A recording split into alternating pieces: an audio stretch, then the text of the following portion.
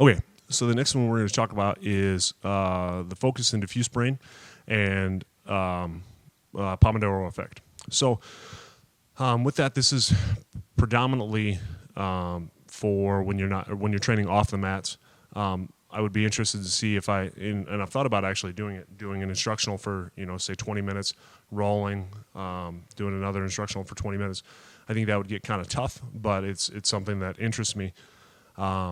But the idea is with the Pomodoro effect essentially is that you're going to do something for about 20 to 25 minutes. So you're going to focus intently on those for about 20 to 25 minutes.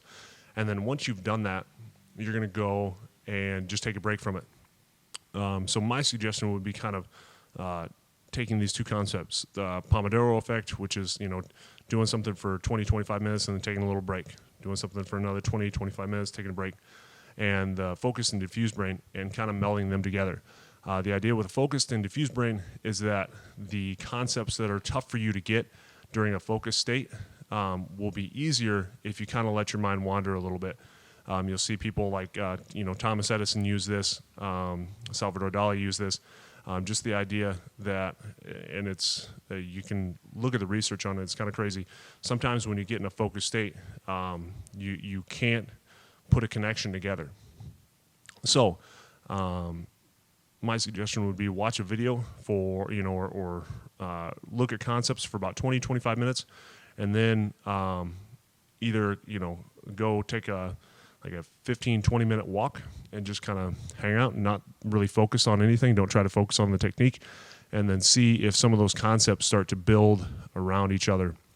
That always seems to happen to me on dog walks, and you'll kind of, the good way to think about it is, if you've ever had these really good ideas and then when you're just kind of daydreaming and then all of a sudden you try to remember them and you completely forget them.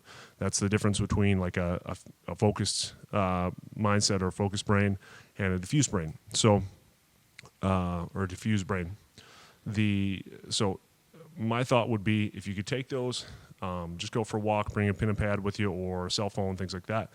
And like I said, you concentrate on something, either a DVD, watch, 3 or 4 moves on that DVD, then go for a walk, go chill out, hang out on the couch, whatever, and then just kind of let your mind wander a little bit. Don't watch TV, don't do any of the other stuff, just kind of let your mind wander for about 10 or 15 minutes, but keep your cell phone handy. So as those things start to come to your brain, into thoughts, start to put some of those down, because a lot of times those concepts you'll start to get later as you're not able to do it in a focused mindset.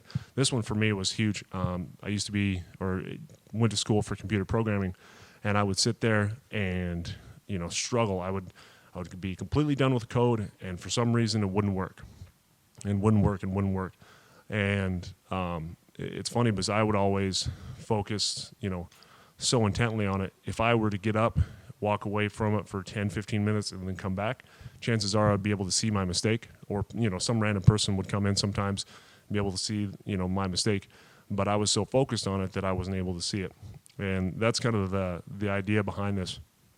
And like I said, it works. The biggest thing, though, in my opinion, is that you need to have either a piece of paper and a pen, whatever, to be able to get those ideas that you had while you were in that state, back into a focused state. So in other words, if you don't use those, you're going to eventually lose those.